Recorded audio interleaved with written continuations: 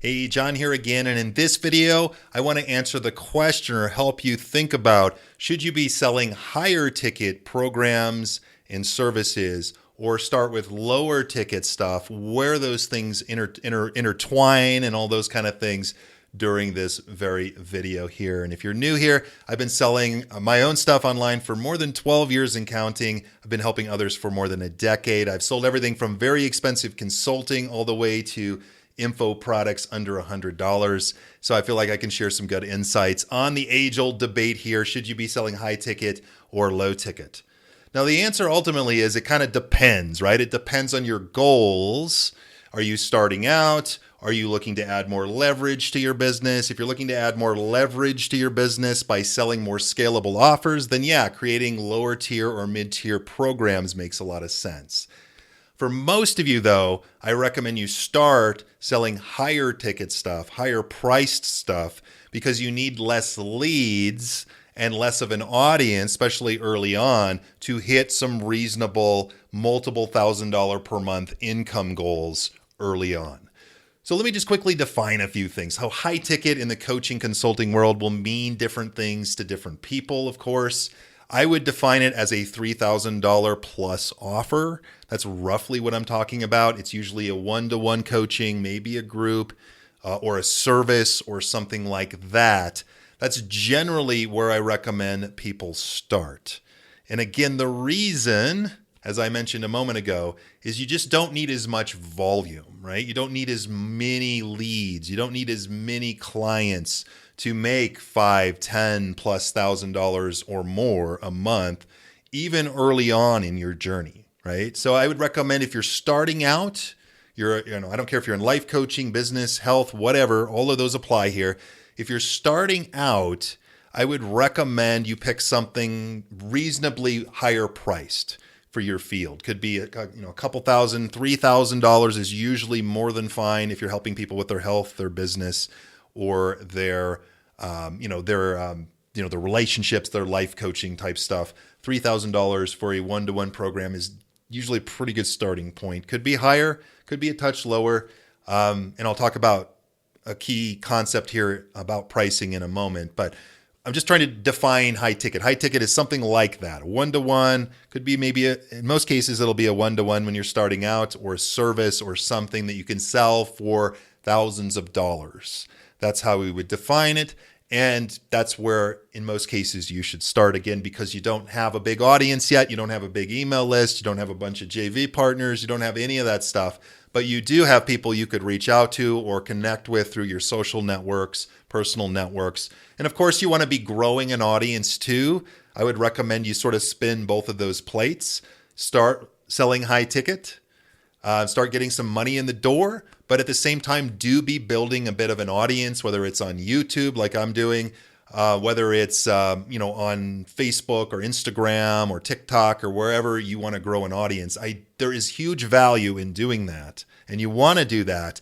But as far as monetization early, I highly recommend you have a decently priced offer in the thousands of dollars to, again, make some money, hit your income goals. Now, lower ticket, I would define as something lower costs, obviously, right? So like a course that's under $100, or even a $500 course in most industries, or a group coaching program, or a workshop that you're selling for between $100 and $500.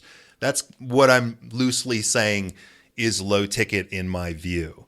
And so where do these products fit in?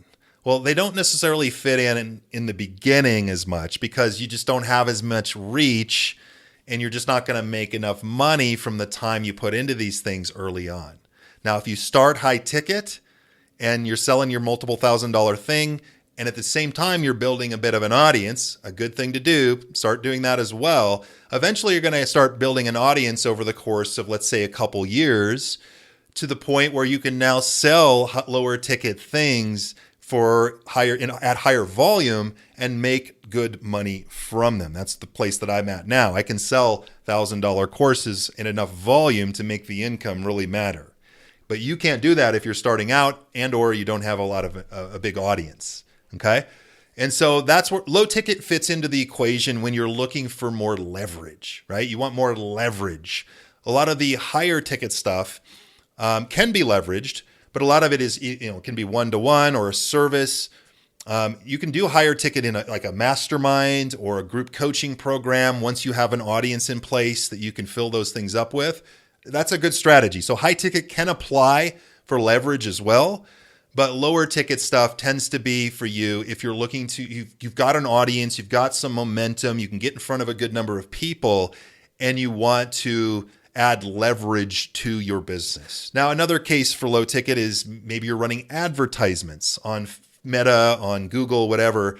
A low ticket product, let's say $100 or less, or a few $100s, can be a good way to offset some of the advertising costs as well. But these are more complicated marketing funnels, more complicated systems. If you're going to sell low ticket at good volume and hit bigger numbers, you're going to need more traffic. You're going to need more marketing and sales sophistication and copywriting and marketing funnels and those kind of things to make that work for your business.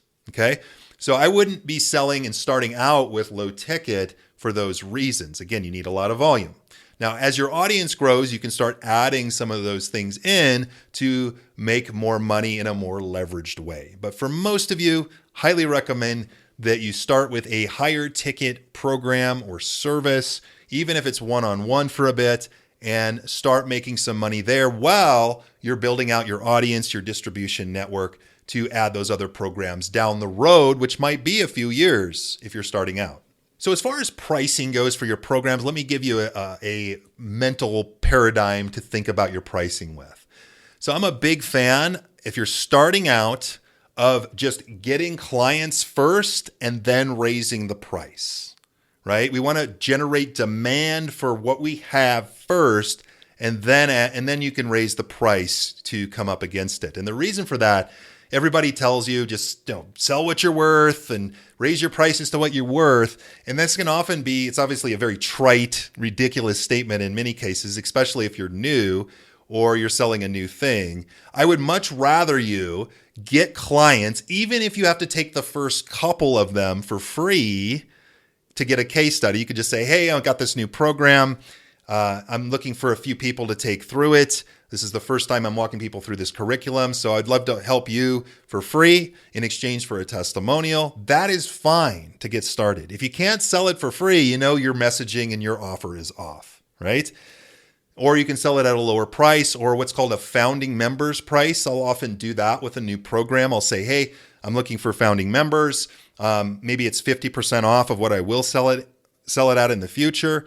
That's a good way to validate demand for the topic, for the program, and not have price get in the way. If you have your prices too high, too early, you won't know if it's the program that's the problem or the price, right? So we want to make sure that we are validating demand for the actual topic, the actual program that we're selling, and not let price be the barrier. So I would actually err on the side of letting people in for a founding member's price, or even for free if that makes you feel good for the first couple, and then raise the price from there. You don't want price to be stopping people from taking action. You want to make sure you're validating the idea, the big offer around your program without price being the barrier, and then raise the price as you're getting people in the process. And if you'd like some help putting together your coaching consulting offer or optimizing an existing one, go down in the description, click a link down there after watching this video. I have a little mini training called Profitable Online Programs. There's a little AI tool in there. There's all kinds of cool stuff that can help you flush out your program naming ideas, your outlines, your bonuses, your pricing, all that kind of stuff. It's no cost. You can always upgrade if you want for the permanent access, but it's free to access. Go ahead and click that link in the description after watching this video. That's it for now. I'm excited to have you here. If you want to get more videos like this, feel free to click that subscribe button, hit the notification bell, leave a comment below, and I look forward to seeing you in the next video. Take care.